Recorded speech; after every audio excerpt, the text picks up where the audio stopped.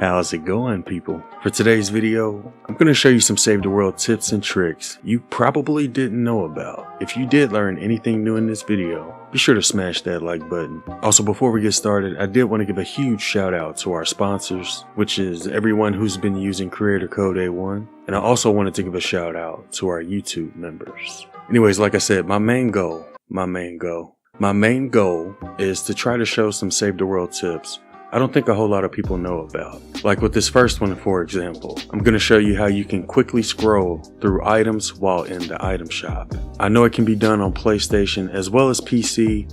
I'm not entirely sure about Xbox, but I believe it also works on Xbox. So we're going to use these 60 pure drops of rain, for example. Normally, when you want to select all 60, you'll have to press the button 60 times because it doesn't increase automatically. But if you're on PlayStation, the first thing you'll want to do is select the item that you want to collect. You'll then want to press the button to pull up the chat, which is the start button, and then you'll want to close it. And on PlayStation, you'll want to hold down R2, which is the button you normally use to increase the amount. You'll want to hold down that button and then hold right on your left thumbstick. And when you do it this way, it'll increase the amount you're trying to collect without having to press the button every single time. You'll just have to hold down R2 while holding right on the left thumbstick.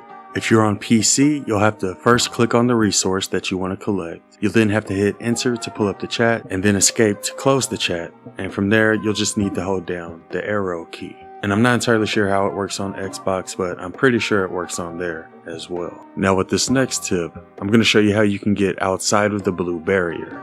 And you can find this blue barrier on dungeons. There's also one on Hit the Road, as well as Frost Night and Survive the Horde, as well as your Storm Shield. So first we'll start with dungeons. All you'll need to do is make sure you have the teleporter selected as one of your gadgets. And as soon as you load in, you want to place down your teleporter, and you should be able to place the second teleporter outside of the blue barrier. And that sort of gives you a head start when it comes to dungeons and Hit the Road and Frost Night. But I believe this little tip is going to be more useful when it comes to storm shields, because it's going to allow you to build trap tunnels outside of the blue barrier, and that's going to help you with your defenses. Only thing I should point out is that it is a little bit trickier when you're trying to get outside of the blue barrier in your storm shield. With the other modes, I believe you can just place down your teleporter from inside the blue barrier, but with your storm shield, the only way I was able to place the teleporter outside of the blue barrier was by first placing down a floor and then aiming my crosshair at the corner of the floor piece that I just placed down. If you try to place it down any other way, they won't let you. But if you aim at a specific spot on a built structure, they should let you place down your second teleporter, and that's going to help you get outside of the blue barrier. And like I said, I feel like this could really be useful when it comes to storm shields, because during the defenses, you'll have husks coming from those directions, but you can't really build out there because of the blue barrier. But with this teleporter trick, you should be able to add your trap tunnels out there, and that should help you with your storm shield defenses. Now with this next tip, I'm going to show you how you can travel quickly across the map while playing as an Outlander.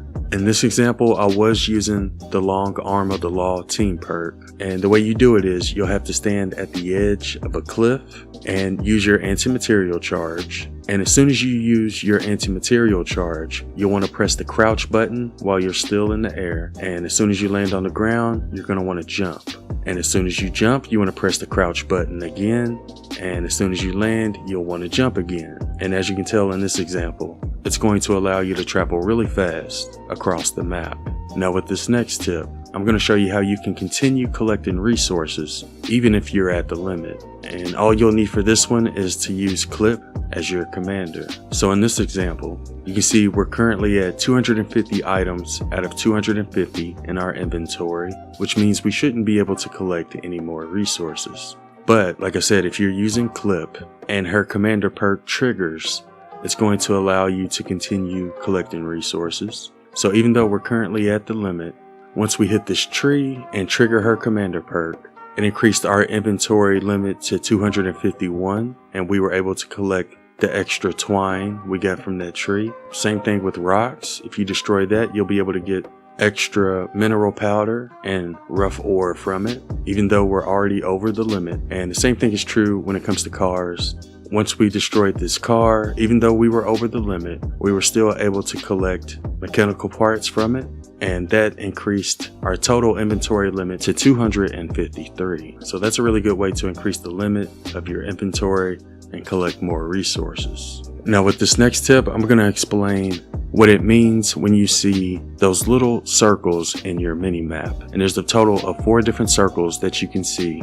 For this first example, we're going to take a look at those little white circles that briefly appear on your mini map. If you ever see one appear on your mini map, that means that there's a blue glow nearby. So if you need blue glow for anything, just keep an eye on your mini map and look out for those white circles. I believe that could also mean that there's a quest item nearby as well. They only appear once, so if you run around and explore the entire map, I believe they're going to stop showing up on your mini map. But that's what those little white circles mean.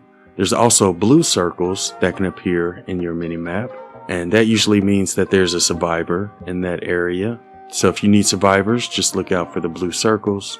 Whenever you see orange circles appear on your mini map, that means that there's a husk currently attacking one of your built structures. So that's really useful during defense missions because it'll show you where the husks are attacking your base. And there's also a red circle that can appear in your mini map. And when you see that, it means that the husks have actually destroyed one of your built structures. So that's what it means when you see each of those circles in your mini map. Now for this next tip, I actually didn't know until recently. If you hide inside of a bush, it'll prevent husk from being able to attack you. So in this example, I was hiding in a bush in frozen fjords, and these husky husks weren't able to attack me the entire time I was in there. When I got close to the edge of the bush, they would start walking towards me, and when I went to the center of the bush, they would start ignoring me. So if you ever have a bush near an objective, or if you're about to die, then you can try hiding in a bush, because husk will ignore you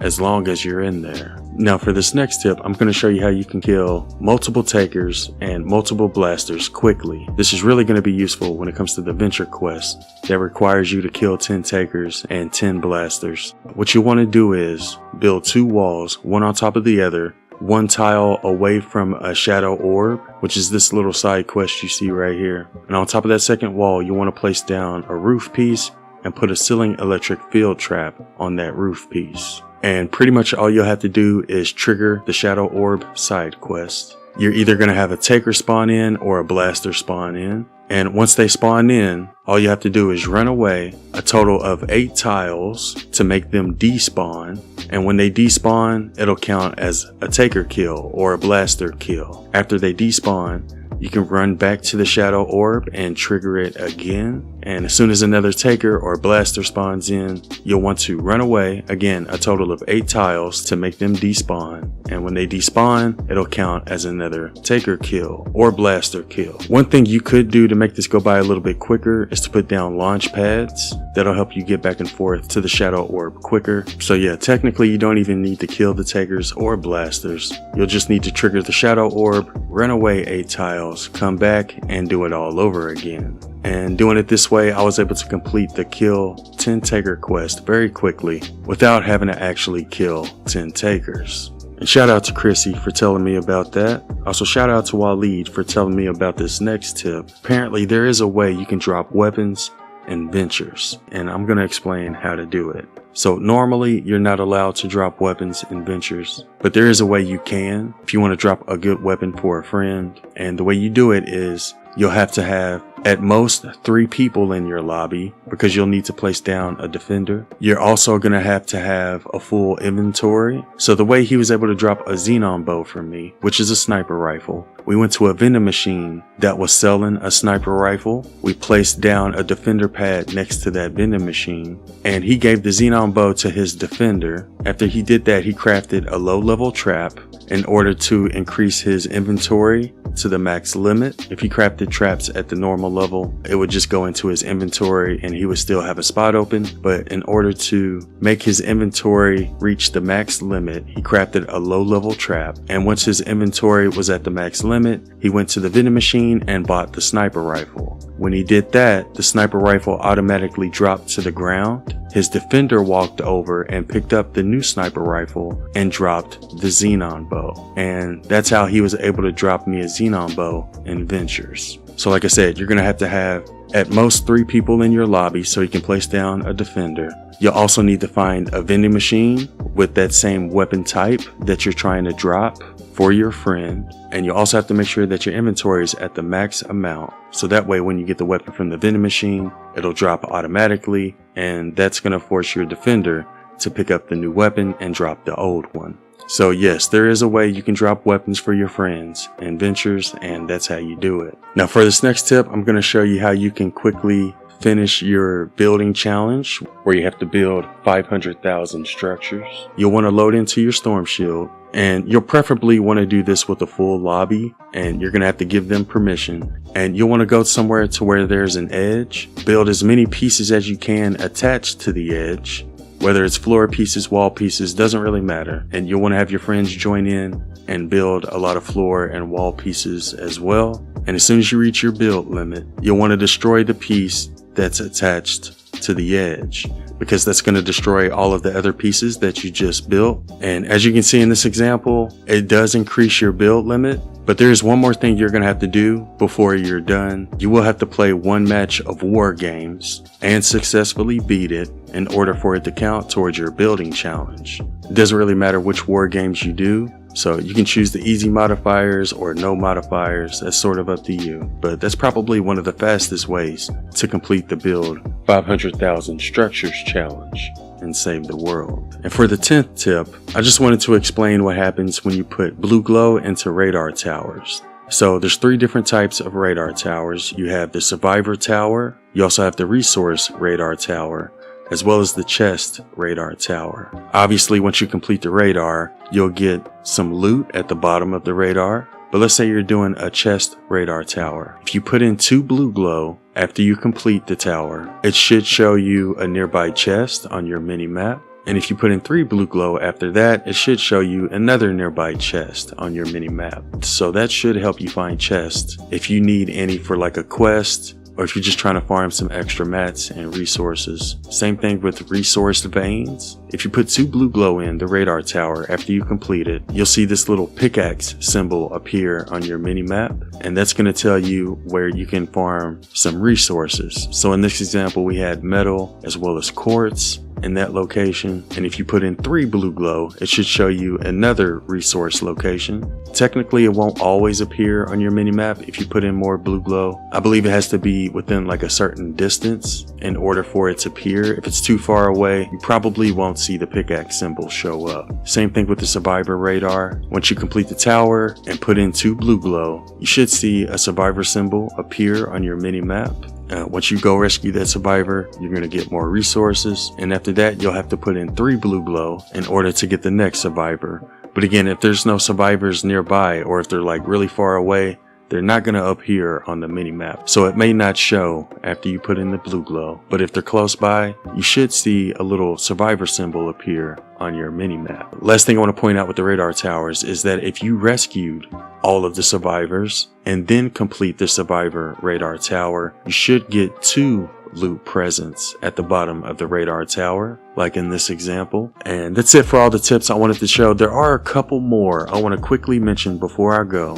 I believe at the start of chapter 6, they allow you to place down your base and your storm shields without having to start a war games or an SSD or endurance. You should be able to place down your base now and your storm shields. So if you want to farm some wood, brick, or metal, you can do it that way. Obviously, you'll need to have the recycling team perk in order to collect resources, but it used to not always be that way. You would either have to start a war games, SSD, or endurance before you could place your base down. But after chapter 6, you should be able to place it down without having to start any of those. And that's a really easy way to collect wood, brick, and metal. Another tip I wanted to show, and shout out to Xander for showing me this tip, but you can also build structures and make them float in the air. As you can tell in his SSD, he has the word Metallica floating in the air. And the way he did it was, well, first you'll have to put a wall on the floor, and then you'll have to build a bunch of walls on top of it. And the way it works is you'll have to destroy the wall that's connected to the floor and then back out of the lobby right away. So a really easy way to do this is to go ahead, scroll down to leave lobby. So that way when you pull up this menu, you're already on leave lobby. And as soon as you destroy the wall that's connected to the floor, you want to pull up that menu, leave the lobby as quickly as possible before the rest of the walls get destroyed. So I went into my SSD and tried this out.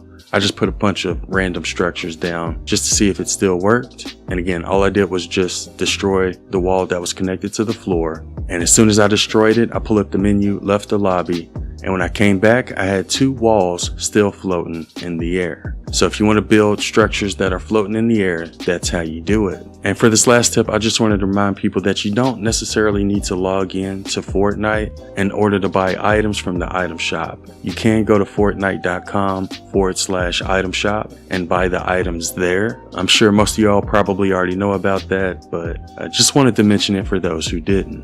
But yeah, that sums up all the tips we're going to go over for this one. I'll leave a link in the description to some more lesser known tips if you'd like to know more about Save the World. Also, be sure to check out my channel. We do a lot of interesting videos when it comes to Fortnite Save the World. But yeah, if you learned anything new, be sure to smash that like button. And if you'd like to support the channel, be sure to use creator code A1. Anyways, before I go, I did want to give a huge shout out to everybody who does use the creator code. And I also wanted to give a shout out to our YouTube members. I appreciate you guys. Anyways, I hope you have a wonderful day, and thanks for watching.